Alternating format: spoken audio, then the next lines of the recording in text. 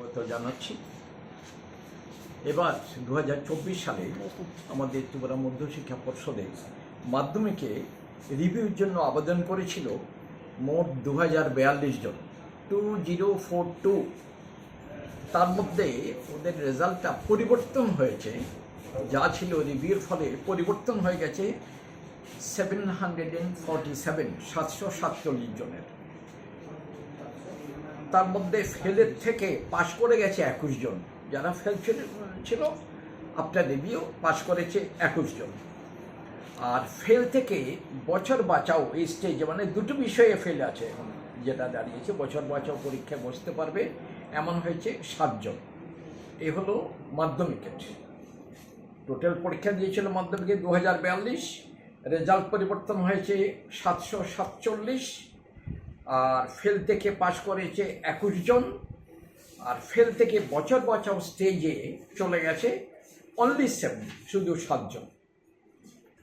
আর দ্বাদশ শ্রেণীতে +2 stage higher secondary 12-এর result, যেটা রিভিউর জন্য অ্যাপ্লাই করেছিল 1385, তার মধ্যে রেজাল্ট পরিবর্তন হয়েছে 510 জন, 510।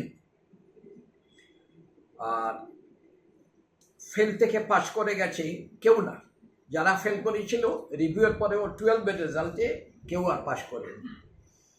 আর ফেল থেকে বছর বাঁচাও স্টেজে, মানে দুটো, হয়তো অনেক বেশি ফেল করেছিল বেশি বিষয়ে, এখন দুটো সাবজেক্টে এসে দাঁড়িয়েছে বছর বাঁচাও পরীক্ষা দিতে পারবে এমন স্টেজে শুধু একজন। তো 12-এর অ্যাকচুয়ালি আমাদের 1385-এর মধ্যে 510 জনের রেজাল্ট একটু পরিবর্তন হয়েছে, কিন্তু ফেল থেকে কেউ পাশ করেনি। যারা ফেলিয়ে রয়ে গেছে। আর ফেল থেকে বছর বাঁচাও স্টেজে এসছে শুধু একজন। আর এছাড়া এ হলো আমাদের মাধ্যমিক এবং 12-এর রেজাল্ট।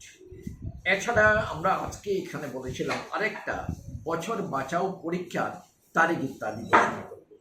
আমি একটু অনুরোধ করব আমাদের বোর্ডের সচিব ডক্টর দুলাল দে ওই আমাদের বছর বাঁচাও রেজাল্ট মানে পরীক্ষার ডেট সম্বন্ধে একটু বলবেন। নমস্কার সবাইকে। বছর বাঁচাও সম্পর্কে বলার আগে আমি একটু পেছন দিকে তাকিয়ে বলছি। আমাদের এবার মাধ্যমিকের ফাইনাল এক্সামে ক্যান্ডিডেট ছিল 33,739 জন। আর আমরা যখন ফাইনাল পরীক্ষার রেজাল্ট পাবলিশ করেছিলাম গত 24শে মে, সেখানে ছিল সেই ডেটা ছিল পাস করেছিল 29,534, পাস পার্সেন্টেজ ছিল 87.54। আর এখন রিভিউতে যেমনটা স্যার বললেন যে ফেল বা বিবি যাদের ছিল এখান থেকে 21 জন পাস করে গেছে।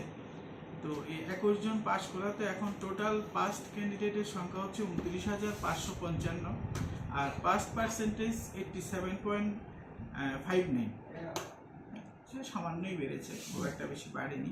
এখানে যে ফেল ক্যান্ডিডেট থেকে যে 21 জন পাস করেছে মাধ্যমিকের, এখানে একটু আমি বলতে চাই, এখানে যে 21 জনের মধ্যে 21 জনেরই মার্কস হয় কারোর 1 বেড়েছে বা 2 বেড়েছে, যেটা আমি জানি। বেশিরভাগই ম্যাথ বেসিকে, যেমন আগে 32 পেয়েছিল, এখন রিভিউর পরে সেটা 33 হয়েছে, মানে পাস করে গেছে।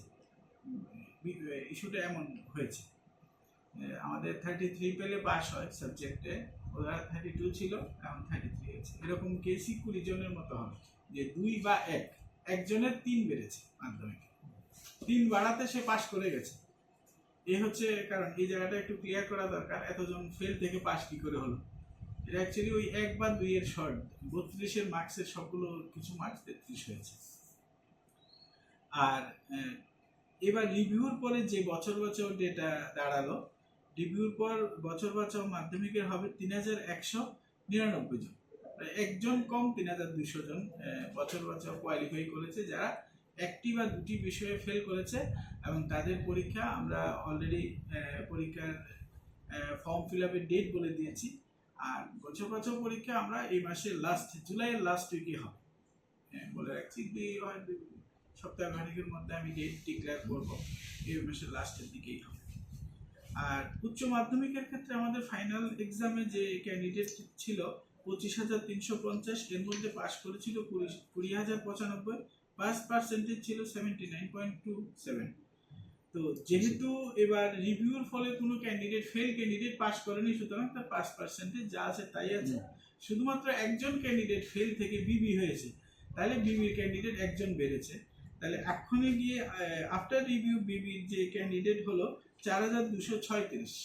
উচ্চ মাধ্যমিকে এই এতজন স্টুডেন্ট বিবিতে কোয়ালিফাই করেছে।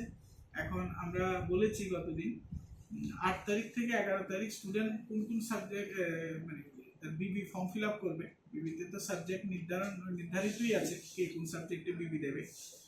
8 তারিখ থেকে 11 তারিখ স্কুলে ফর্মটা ফিল আপ করে জমা দেবে। ফর্ম আমাদের ওয়েবসাইটে অলরেডি দেওয়া আছে, রিকুইজিট ফি সহ যা যা ডকুমেন্টস লাগে ওইগুলি সহ স্কুলে জমা দেবে 11 তারিখ।